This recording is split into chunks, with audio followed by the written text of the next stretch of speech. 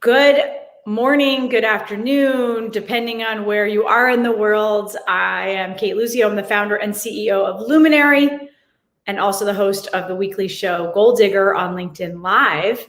And we are talking today with now a friend because we've been working together, I feel, for so many months, but also the US Director of Marketing at Indeed, the world's #1 job site. And we're going to learn a little bit more about Indeed, but a lot about Carmen. So Carmen Bryan, welcome to the show.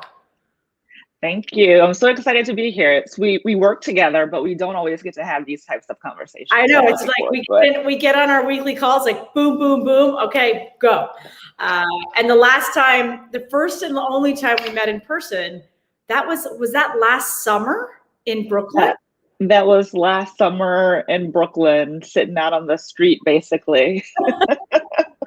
Exactly, like a pull-up table. That's before I think all these restaurants got it down pat. But and now that things are, as we were just talking about, opening again, hopefully we'll get you over to Luminary and the glass ceiling soon. But this is a conversation about you and your background and your story, and certainly what you're building over at Indeed. So I asked this question to every one of my guests, sort of tell us your story and what brought you to the role you're at today.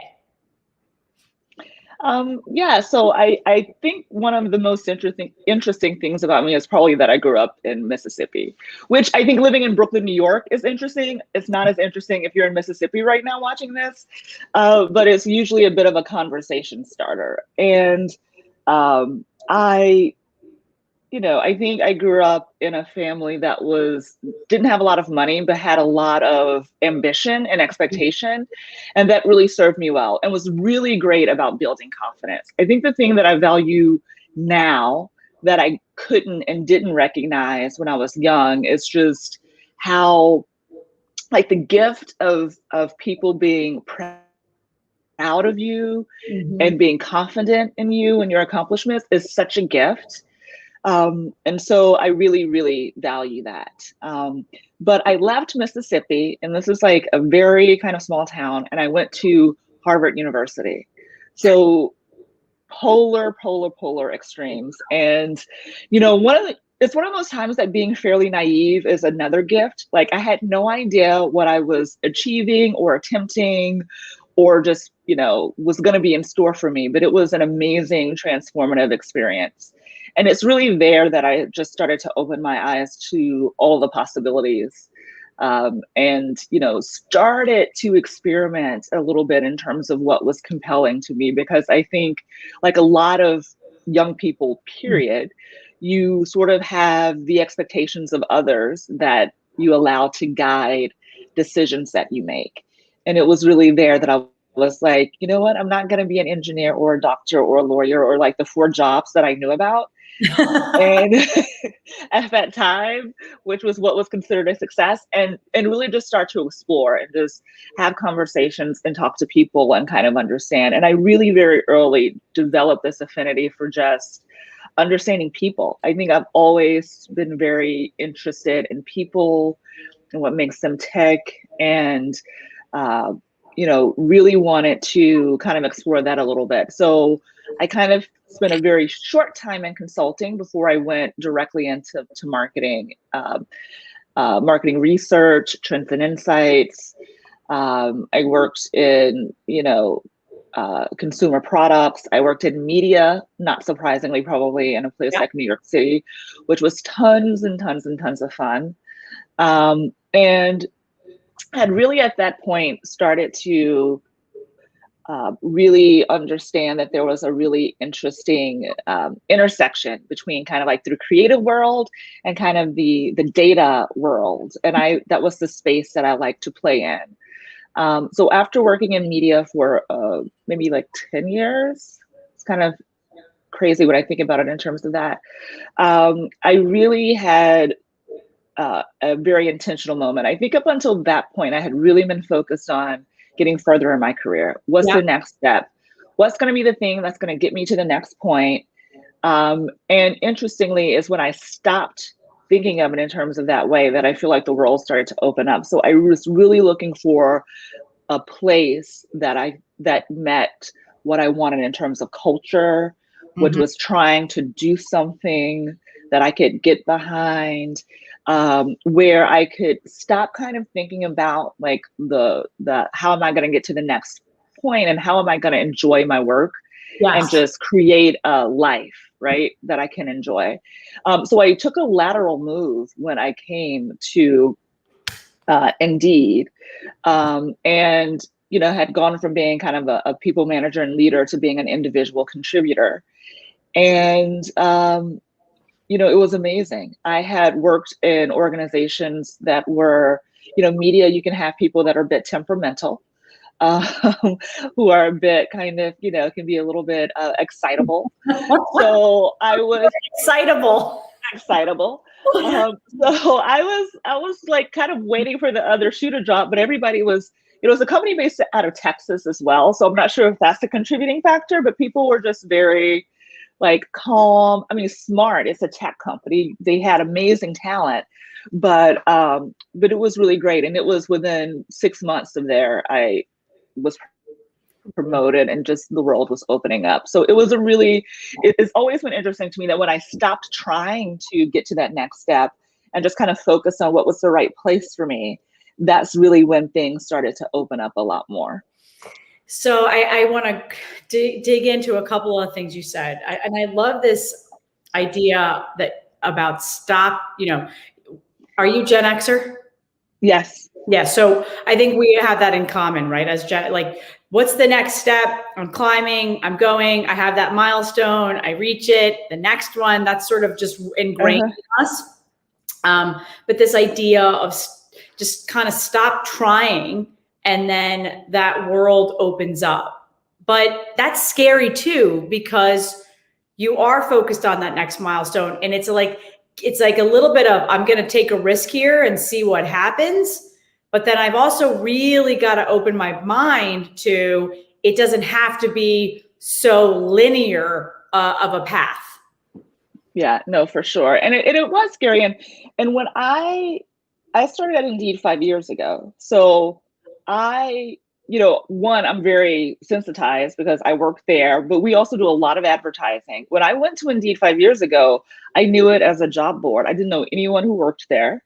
I didn't have a lot of insight in terms of what what it would be like to work there and engage there. So it was definitely a big leap. And I think what I had really did is I really tried to hone in on what was the value I thought that I could bring. And so what is it that I've done well? Yeah. What is it that I'm good at and I enjoy doing? And how has that been able to bring value? And so I really focused in on that as I can go here and I can do something that I really enjoy and that I can bring value to the organization. And that was what gave me, a little bit of comfort because it was definitely a leap of faith. And you said, which I think we often, anyone, right? Man, woman, doesn't matter. This idea of making a lateral move, right? That's also, I don't want to do that. I've got to keep going up the ladder. I've got to keep getting more responsibility. How did you make that adjustment of, one, just emotionally saying, I'm okay with this, of making that lateral move. But two, I do think there's a confidence piece there where you're like, you're now introducing yourself in your new role. And it's like, oh, I'm not the next big role that I thought I was going to be. Yeah, I mean, it was interesting coming in as an individual contributor. It was freeing in some ways because the only one I had to worry about was myself, right? Which was a very different mindset. So in some ways that was great. But it was interesting. I was like one of many in some way. So it was no longer, I was kind of, I mean, I was still on stage presenting, but I wasn't kind of the person. I was a person. And there's a natural bit of competitiveness there, I think, when you're in those situations. So, I think it's important to balance that in terms of leaning into your strengths, leaning into other people's strengths. But I would be lying if I didn't say that there wasn't some degree of competitiveness in terms of, you know, I really think it's about being valued, about people really being able to see your value and being able to see your contributions. And I had a few great wins early on, and I think that was helpful, and it continued to build my confidence. But you're like one of many. You're trying to sort of find your place. You want people to recognize you. You want to stand out. You're also trying to sort of, be part of a team. And I also, in New York City in media, was very diverse, so there were people that looked like me. There were, people who were gay, straight, transgender. There was a lot of didn't mean it was always inclusive. Right. But there was definitely diversity.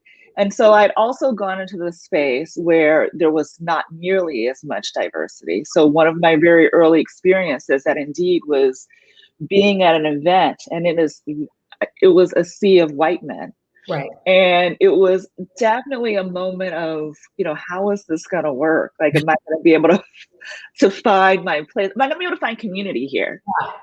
Because I think we're all looking for community and connection and support. And so I was surprised at how that all worked out. But if I had seen some of that beforehand, it would have been even more sort of frightening. So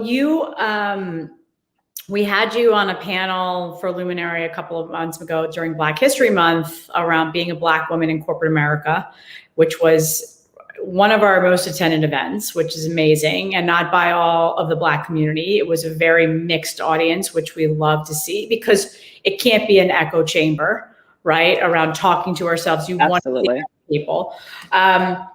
Your experience from you're leaving Mississippi, you're going to a very prestigious university, also historically predominantly white, right? Privileged. Mm-hmm. How has that been through your career journey as utilizing your voice, not only for yourself as a Black woman in corporate America, but then also for others that you just sort of alluded to, and I want to dive into a little bit.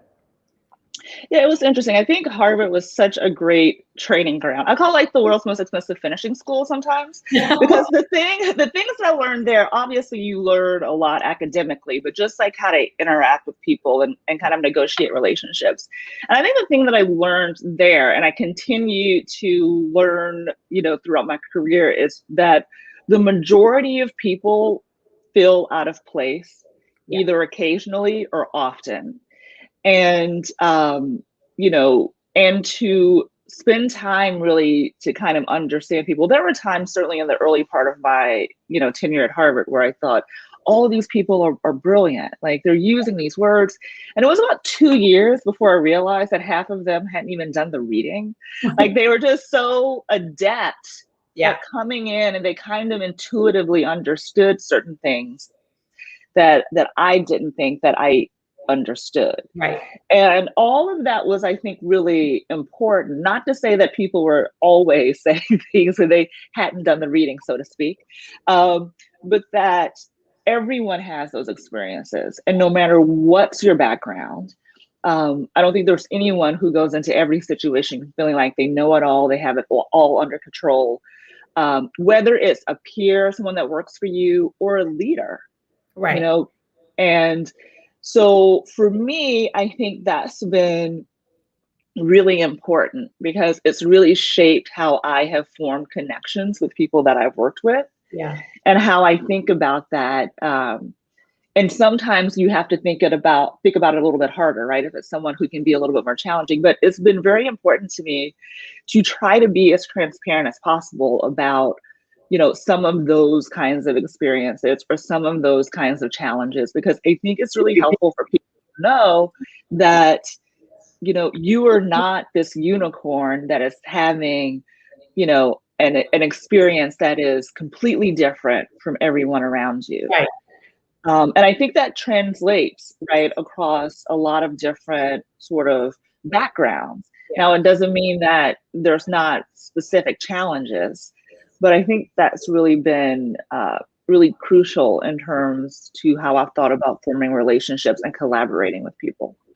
And I'm sure that that has really translated well as a leader and as a running teams and running across organizations and stakeholder management, which we often don't talk about. This idea of stakeholder management. It's like I'm a people manager, I manage my team, but working, whether you're a small company or a large company, stakeholder management and engagement is so important, and building those relationships and that transparency and that communication. You indeed is, when you started, and I forget the statistic, when you started, how large was it? It was about 2,000 employees. And now you're over 15? It's about 11,000. 11,000. So in 5 years, the company has had exponential growth, right? And that means a great deal of new faces, new ideas, new perspectives. How have you leveraged sort of all of what you built, over the last 20 years into making sure your voice is still very loud and vocal and productive? Yeah, it's Indeed has grown into a very kind of matrix organization, much more sophisticated than it was when I first started. And you're right, like you want to make sure that you are continuing to have those relationships, which, by the way, we were talking about returning to work. Yeah. So much of those relationships have been based on face-to-face interaction. Being in the office and the CEO being there, or being at an event and having those opportunities. So that was actually, I think, a crucial part of kind of building those relationships. But one of the benefits, I talked about being in the sea of white men when I first started. One of the benefits of that is I was memorable. People people remembered me, and they knew who I was, and I made it a point to try to engage with people as human beings, regardless of their title within the organization. And so, that has continued. It's a little bit harder, I think, now, and I've honed in on certain, key people within the organization who I know are trying to move the needle in similar ways that I am. But I think you just have to seize all those opportunities. When you have an idea, share them. When you have a proposal, share it. And I think the more I've done that, the more I've realized how willing people are to sort of like take on these ideas or these partnerships, especially at a mission-driven organization, because we're all in service of that. So there really is I think, a benefit to that, because there is a unifying sort of purpose that connects us all as well.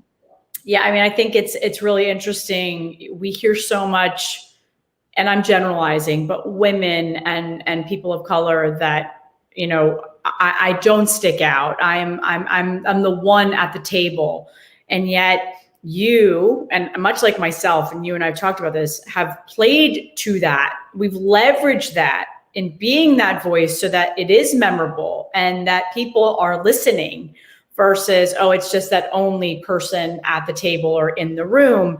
And I think for those that are listening and those out there, like, we have to think about that. That's a real advantage in some cases. It has to change, but use that to your advantage, and also use that to bring others that look like us to the table. Absolutely. Yeah, I mean, I think the notion of memory structure is great. I think even in a virtual world, you can create that. If you're going to be having a meeting with someone for the first time, what do you do before that meeting to make them sort of, notice you or engage with you? And then what do you do afterwards? So you can kind of build that memory structure. And I definitely think it can be an advantage. And it is an important component of stakeholder management, because you're right, we don't talk about that a lot. Mm-hmm. And it is a huge part, I think, of a person's growth as a leader. Totally. And something that you have to think about a lot more and think about more strategically. But a lot of the same principles, I think, can apply. It's just we're usually not thinking about them with regard to stakeholders or leaders the same way we would be thinking about it in terms of our team. Yeah. Yeah, exactly. So one of the things that we hear from the Gen Zs and certainly the lower end of the millennials are, I want to work where I have impact. I want to work where there's a mission. And oftentimes when you're early in your career, I know I felt this way. It was like, I just need a paycheck. I need to work. I need to climb the corporate ladder. I need to hit those milestones.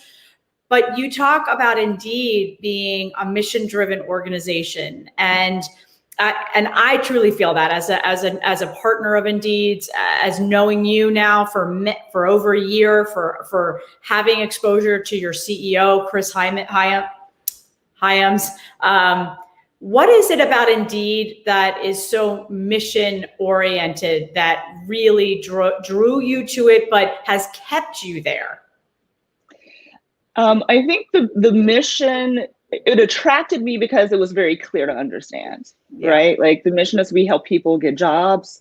And that was just crystal clear, because I've worked at other companies where they said they had a mission and you read it and you're kind of going through it and you don't retain it and it's not very clear. It's kind of, abstract. So it's very clear. And in my conversations, even in the interviews, it was coming up consistently. And there was a degree of clarity and transparency that I had never experienced anywhere. And it just was like embedded in everything. And what I've really been continue to be impressed by is how much it directs how we make business decisions. Right. The places where we decide to invest our time and our resources, the places where we decide to speak and, talk about sort of, racial injustice, because one of our core values is inclusion and belonging. And it's a huge part of how we think about our responsibility as an organization is to help all people get jobs. Right. And so that has been something that has really been important in terms of my continued investment in that mission, is I've been really impressed with how clearly and thoughtfully they think about how we use our voice, how we use our scale, and it is very much aligned to the mission. Well, so that I've liked. And I have to say, we at Lumen, coming from a very large, financial institutions background and huge, 250,000 employees plus, managing through that and then starting Luminary, one of the things that I've been, I would say, pleasantly surprised is around the fact that so many companies are actually walking the talk, right? And it's not just about profit, it's actually about impact.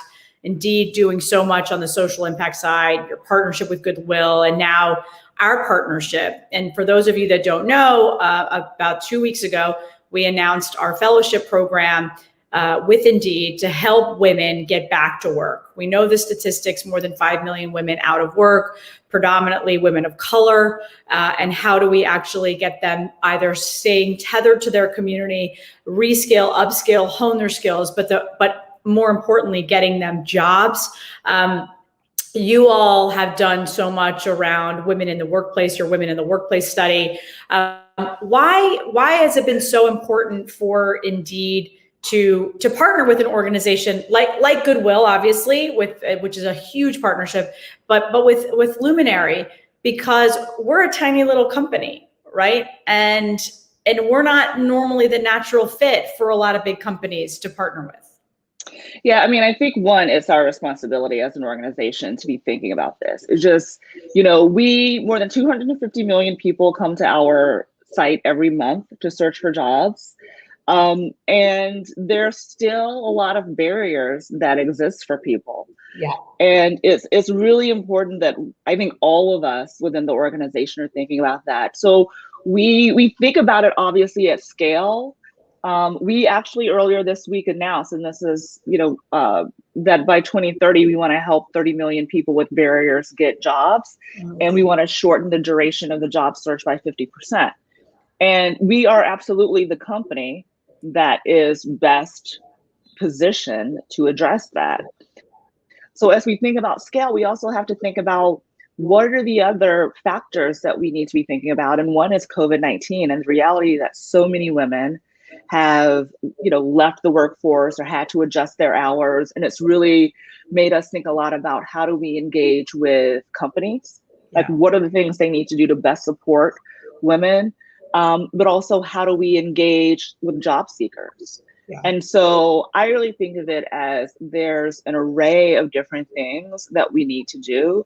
And Luminary in your organization has been so impactful with this audience across the board. Yeah. And yes, you're based in New York, but you have this national reach, which is really, really compelling. And I think also your focus on immediate outcomes. Yeah. Right? Yeah. Because sometimes you can kind of have a partnership and it's a little nebulous in terms of what are the real impact is going to be on that audience.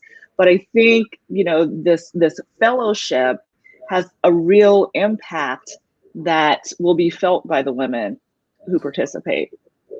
Yeah, that is our goal. I know from the others that we're running right now, and it's, as a founder and as the leader, it gives me great joy, right? It's absolutely, we want to succeed as a company, but when you think about impact, and that's what makes me keep going every day. And I can only imagine when you have 250 million visitors to your website every month looking at jobs. I mean, that's a staggering statistic, right? And this new commitment to cut that job search in half by 50%.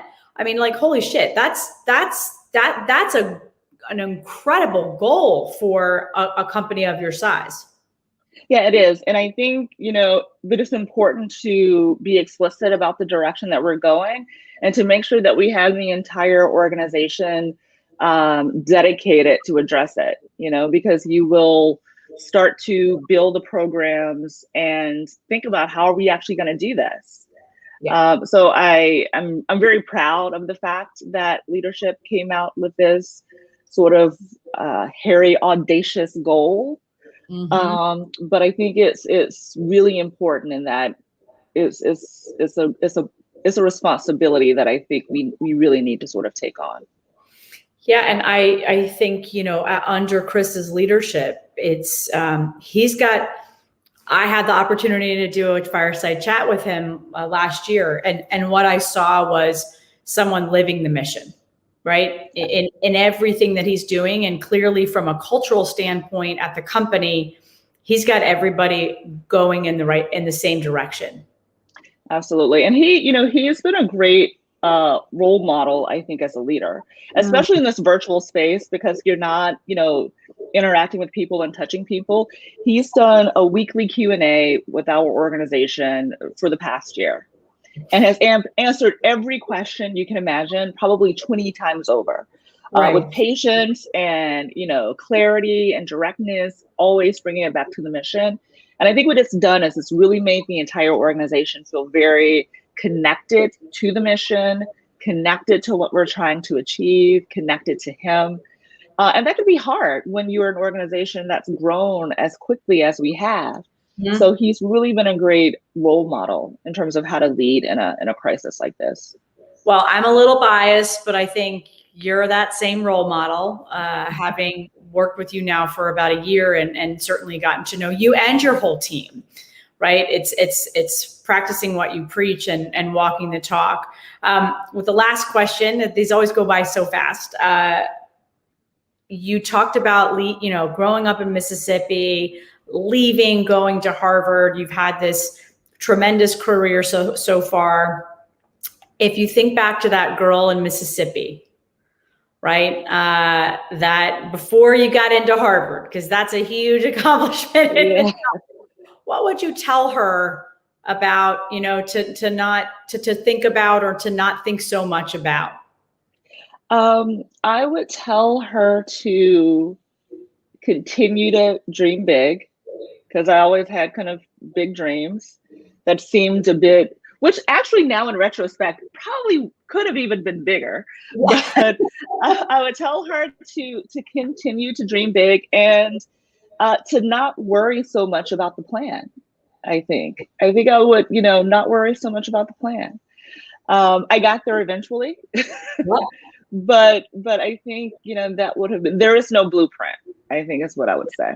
And so much of it is down to hard work, right? Yeah, it really is. It really is. And I think, I've often seen the stats where they talk about how girls tend to be rewarded for like the talent as opposed to the hard work. And I Right. think the hard work is so important because no matter how talented you are, right, you need to be able to have that work ethic. Absolutely. It's not just about knowing the words. It's about doing the reading, right, Carmen? Yes, absolutely. You got to do the reading. Well, this has been amazing. Thank you so much. For everybody, just a reminder to find Indeed. If you don't know them already, Indeed.com. You can follow them on Instagram at IndeedWorks. Carmen is Carmen Bryant on LinkedIn. So please follow her. She's also an amazing thought leader and love what you're doing, what Indeed is doing. And we're so proud to be a partner with the fellowship and looking forward to having tremendous impact. Absolutely. Thanks so much, Cate. Thanks, everybody. Thanks, Carmen. Have a great weekend. All righty. Bye. And we are now back to back, bringing on our next guest, who I also had the opportunity yesterday to do a session with here at Luminary. But this is Alice Kim, founder and CEO of Perfected, or also known as Perfect Double D. I'm going to let her talk a little bit about that, but welcome, Alice. Hi, Cate. Thank you so much for having me. I'm so excited to be here. Yay! And see you. I know, and it's so funny because yesterday, and we'll talk about your incredible company. Yesterday, I wore one of my Perfected blouses and had the opportunity randomly to go on Bloomberg and was like, "This is my Perfected blouse." And then today I was like getting ready. I'm like, "Oh shit, I forgot to wear it." But we're going to talk about the company. You're representing the company in your beautiful T-shirt, which I have the same one in black. Yes. but welcome. I have to say, first and foremost, we're so proud to have you as a member of the Luminary community. But more than that, just proud of the voice that you have. And I've gotten to know you now over the last couple of months, and just not just about building a company, but truly becoming a leader in the body positive community, but also in the AAPI community, and just in general as a founder. So welcome, and we're going to get into your story. Before we talk about Perfected, tell the audience your story about where you came from and how you got to where you are today. So I was born and raised in New York City. I'm one of the very few native New Yorkers still around. And I'm born of immigrant parents who immigrated in the 70s from Korea. And, they always pushed us to study hard, right? Study, make us proud. You have to become a doctor, a lawyer, right? Like there was basically nothing else. And then fast forward a few years, then it was doctor, lawyer, or someone in finance. So, and they said, I had a typical tiger mom. So we had to go to a good school and, go into one of those professions. Otherwise, we would disappoint them. So the good girl that I am, I went to Dartmouth College and went into finance. I was an investment banker right out of school for my analyst years at Bear Stearns. Even if, my friends are still from Bear, but I just didn't love what I was doing. And I've always been a true believer. If you pursue what you love to do, you will succeed. Money will come later. And I wasn't chasing money. So I started as an assistant buyer after 3 years being a banker, and, stayed in fashion for 2 decades. So I worked at places like Victoria's Secret Direct,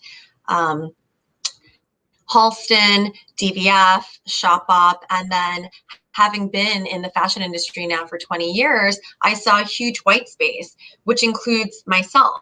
So I still couldn't find clothes that fit my body. So naturally, I'm like, are we allowed to talk about this on LinkedIn? But yes, naturally, I have a bigger chest. I'm a small Asian frame, but I have a bigger chest. So when I would find shirts, T-shirts, button downs, what fits my shoulders would always pull across the chest. Buttons would pop open. As an investment banker back then, you had to wear button downs and a suit jacket. They would never close over my chest. So I had to size up and either pay more money to get clothes tailored or I would have to settle with looking frumpy because I can't have my, chest hanging out.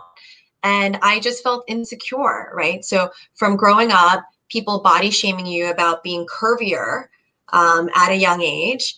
And, in the workforce, people looking at you or just not feeling confident about myself because of the clothes that I wear, right? If you look good, you feel good is how I feel.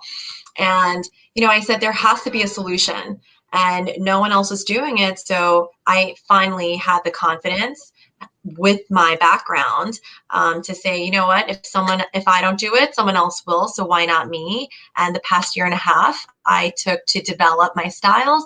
I launched 6 months ago. Launched 6 months ago in the middle of the pandemic. So we'll talk about that in a second. I want to go back a little bit. You were talking about being the child of immigrant parents from Korea. These were the jobs that were sort of laid out in front of you: banker, doctor, lawyer. You did the investment banking thing, but then made this huge pivot into fashion. So number one, I would love to know sort of how that conversation with your family went, right? Like, I'm not going to be an investment banker anymore. There's this fear, right, and concern, I think, particularly for women as well. But then two, how did you get the confidence to say, I'm out of here and I'm going to go into something completely different, like fashion? Well, I think my parents saw, right, what I was going through. So I was working 80 to 100 hours a week, every single weekend for 3 years. And they saw the toll that it was taking on me. And at one point, my parents said, Alice, you could have 2 jobs and make the same money because you're working as if you have 2 jobs. And they just realized, the happiness, life balance factor wasn't there. So they ended up supporting me. But of course, thank God I have an older sister. So she did the same thing. She worked for UBS and then as a banker, and then she went into editorial as a writer. So she sort of paved the way. So I was lucky as a second, I know. But, of course they were disappointed. They were like, what money is in fashion? They didn't know. And even now, when we speak to our parents, we're like, Mom and Dad, now they support us, but my parents admittedly say we had no idea that there was money outside of those 3 industries of being a doctor, a lawyer, or finance. They were like, because they thought of, the gig economy and they just didn't know better. So I think education, right? Getting familiar with other industries is so important. I just listened to your talk with Indeed. I mean, things like that, sharing information, having platforms. Back then, I mean, I'm dating myself, but 20 years ago, right? We only had Monster. And I think Monster came afterwards. Like there wasn't, I don't know, the career sites information back in the of day, different. there wasn't this huge sort of pool that you could learn from, that you could understand what were the employee experiences, right? You sort of just jumped into it without knowing a lot, and then just had to work, right? That and Carmen and I were just talking about that. As a Gen Xer, it was like, you just work. And that's not a bad thing. You just work and you hit the milestones, and, thinking about something you're excited about or passionate about, that definitely wasn't I think in my early part of my career. It was, I'll do this. This is great experience. It's a good paycheck. And it ended up being a great paycheck because I stayed in banking for 20 years. But I think it finally took me some time to say, what do I want to do? And it took a male mentor of mine asking me that question. You kind of figured that out when you went into fashion. You spent 20 years in so many amazing brands and companies, building up this significant experience and background and reputation, and then took all of that and said, I'm going to go start my company, and I'm going to do it because who else but me? Right? Like, why? That's right. Because you are the customer that you saw. Exactly. And, I compare it to the plus size market. So plus size, 68% of women. So let's round up to say 70% of American women are plus size, meaning size 14 and up, yet the fashion industry didn't even cater to this market, start designing for them until, let's say, a decade ago. Right. So that means all the fashion brands that are out there have been designing for the minority. So like the VCs out there, you talk about your TAM and, and if you think about it, they've invested in all these companies that only cater to 32% of the population, of the female population, right? So it boggles my mind. I think, as I launch and am more open to speak about things that people don't want to address, I think other brands will come into the space as well. So I compare it to an untapped market, such as the the plus size market, and they're still underserved. So yeah, I think it's just a matter of time, and I'm happy to be a leader.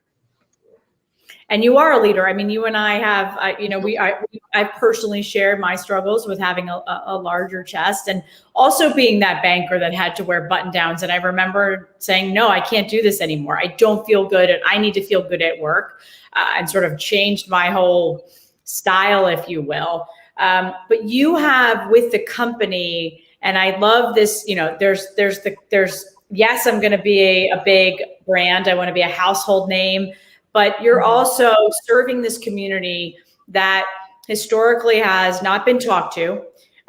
It's a shameful conversation, right? I don't want to talk about it. I can't look good and feel my best. And now you're the leader of that advocacy. Where did that confidence come from in finding your voice to be able to say that it's going to be me? I've got to be out there doing this.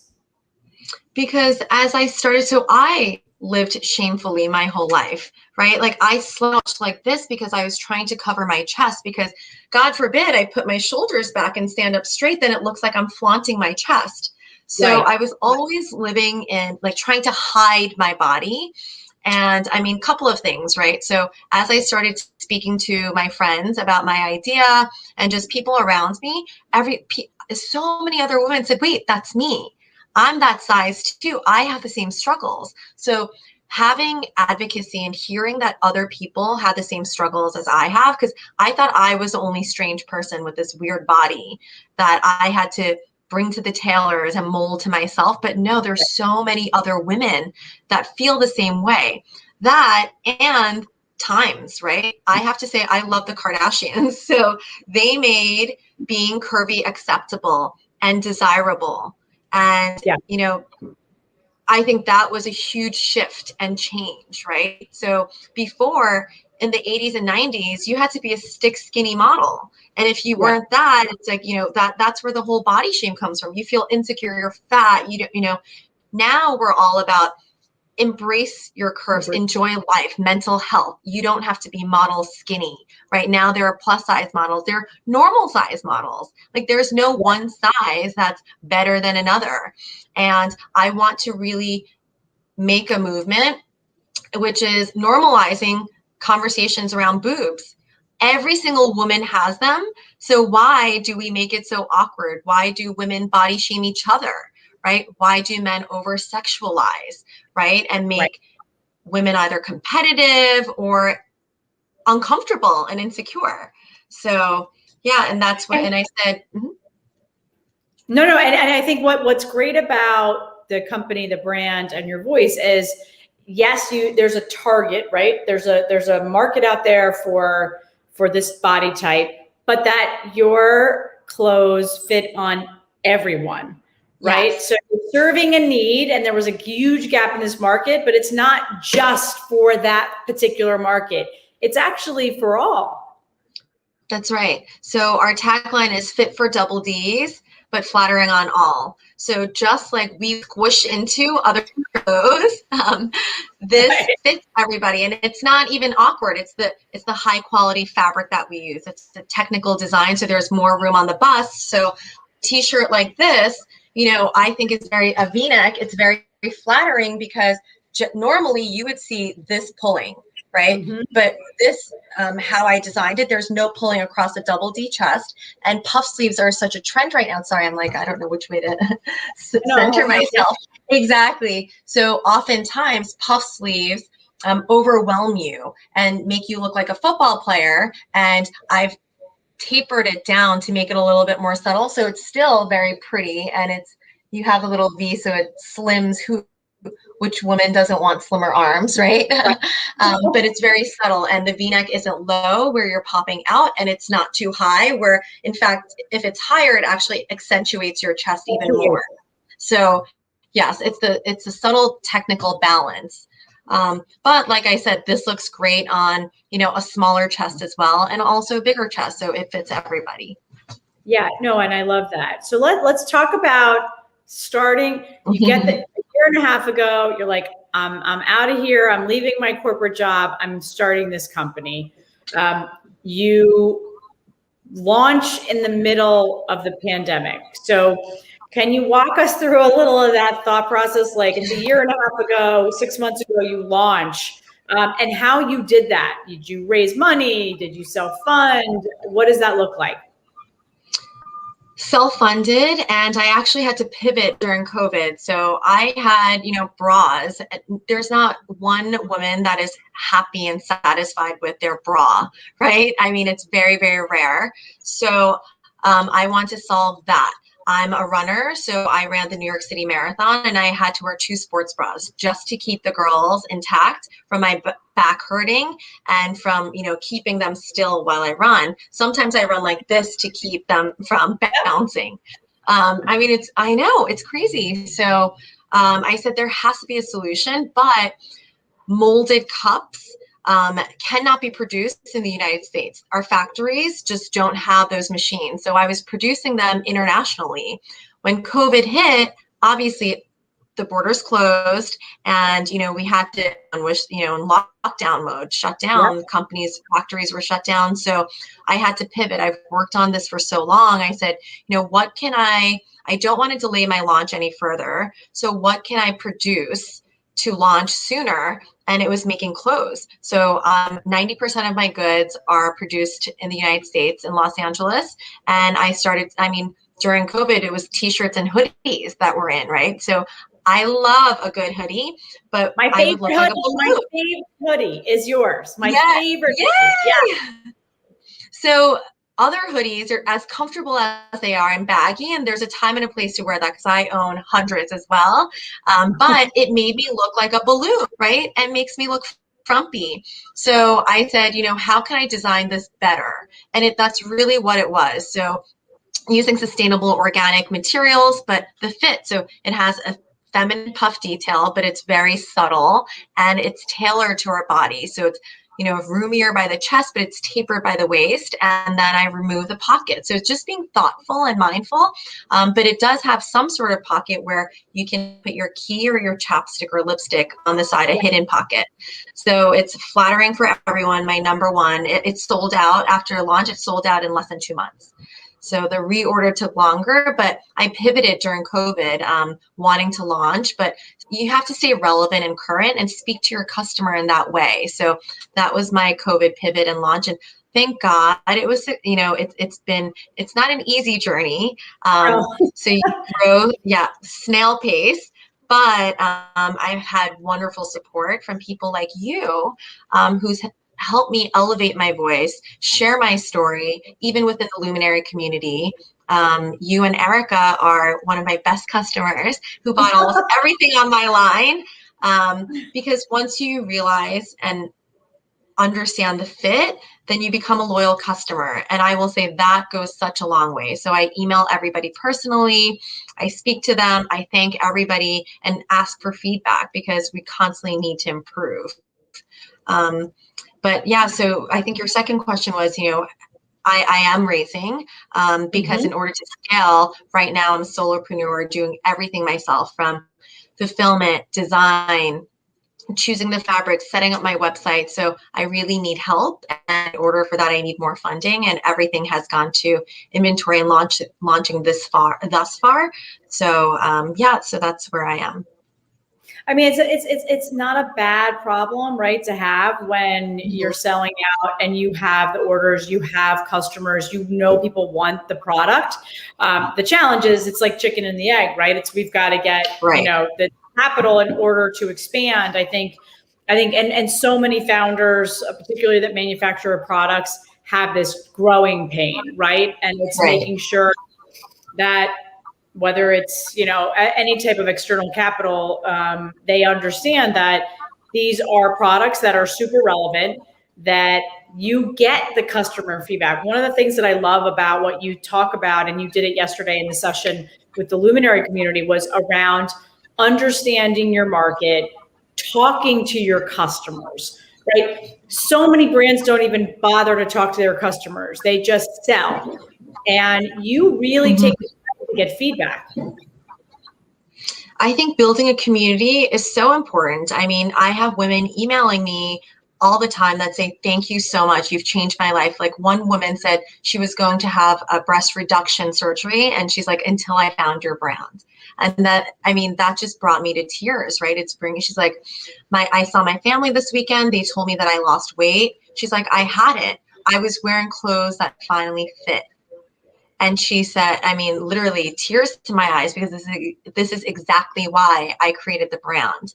And then even on some Instagram posts, we talk about controversial things. When I would love to wear plunging, sexy V-necks, but when with a larger chest wear it looks a little promiscuous or inappropriate. Whereas our smaller chested friends, it looks chic and sexy, right?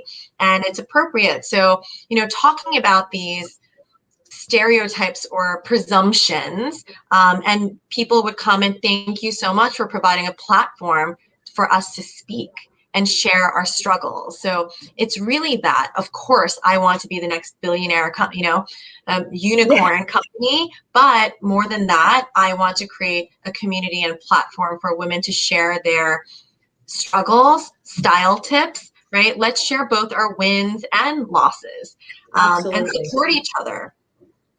And only when we begin to start the conversation and bring these things to light can we make change. Totally agree. It's one of the reasons I started this company, right? I mean, we have to be having these conversations. We have to be vocal. We have to be getting all voices out there and talking about all voices.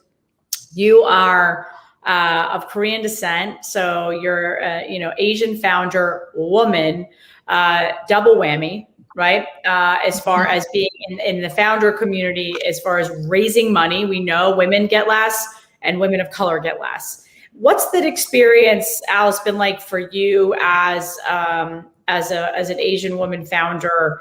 Not only just breaking through some of these barriers, but certainly as you think about your fundraising journey. No, it absolutely is such a challenge. I definitely think more people of color need to be in decision-making positions because they're the ones that can affect change. So in my fundraising journey, I have to say there are men that are very supportive, whether, they they want to invest or help in different ways. But interestingly enough, they're Asian men, right? So people, the East Asian community, Korean, Chinese, that say, you know what, we need to elevate each other and become stronger. And they were the first ones to be on board and say, let's help and do this and believe in me. And it's hard. I was part of 2 accelerator programs during COVID, and my non-colored peers, so my Caucasian peers, were all able to fundraise so much faster than, East Asian, Black, Southeast Asian, Indian. And it's really connections. It's about who you know. It doesn't matter how smart you are, but it's really about relationships. And for that, we need more minorities on top to help elevate. And I understand it's human nature, right? You want to help your friends and people. Like if it's a friend of a friend and someone makes a referral called warm intros, that goes so much further than a random email, right? So same thing with pitching and fundraising and meeting people. If you're if you're introduced through a warm intro, then, the yes is so much easier.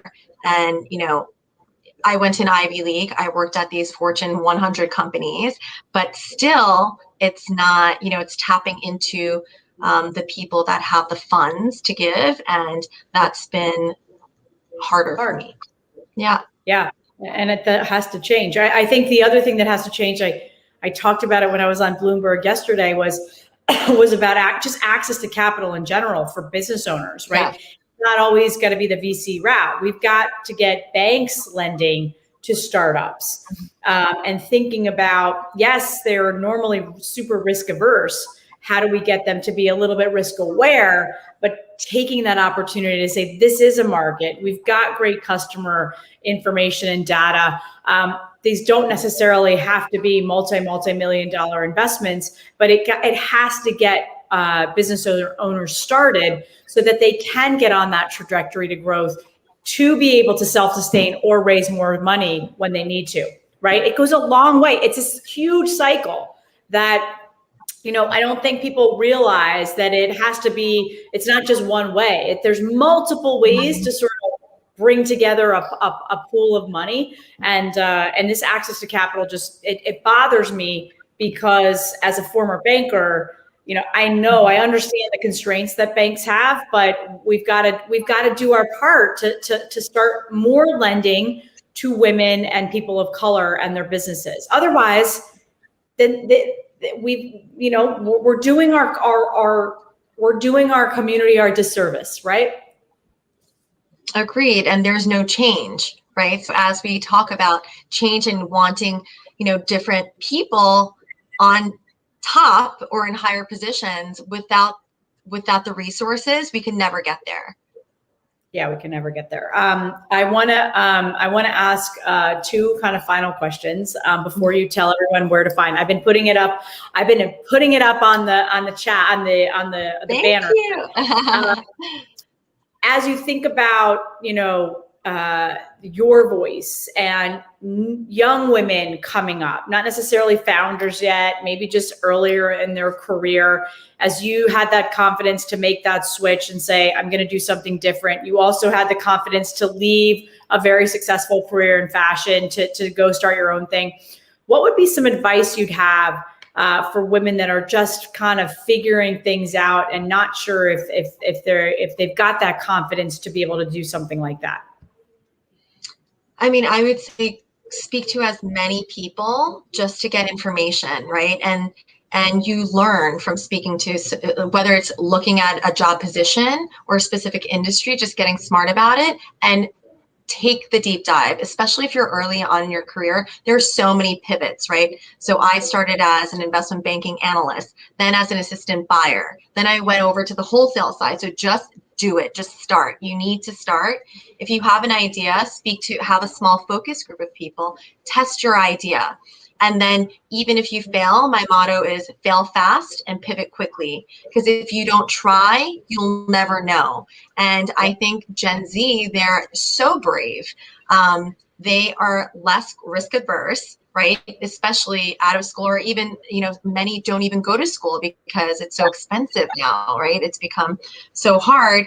And they try their idea.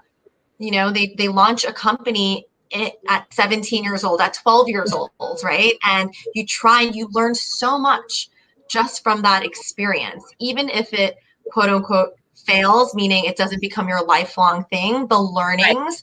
Right. No, so just go for it. Just go for it. I'm rooting for you. Yeah, I'm rooting for everyone. I will be there. Yes. We're going to fall down a million times. You just have to get back up and keep going, right? The only time you fail is when you give up. And so, exactly. Right. Okay. So where can people find you, buy from you? Look at the amazing line that you have already. They could go to my website. So I'm still DTC, direct to consumer, perfected.com. It's perfectdd.com. And then on Instagram, it's the same thing, perfected, PERFECTDD. So it's and I named the company because I perfected the sweatshirt, I perfected the t-shirt, and I'm a double D. So, finally proud at my age. I'm finally proud of my size. So I say perfect double Ds. Well, you should be proud of so much more than that. And we're proud to have you. I'm proud to know you and have you as part of our community, but really excited and proud to be a customer as well. But really excited, Alice, to see the path that this is going to take and how you're going to change the world. So thanks for being here. Thank you everyone. so much. For listening. Have a wonderful weekend. Stay safe and stay healthy. And if you're vaccinated, you don't have to wear a mask. Yay! Have a great one. We will see you all next week on Goaldigger. Have a great way. Bye.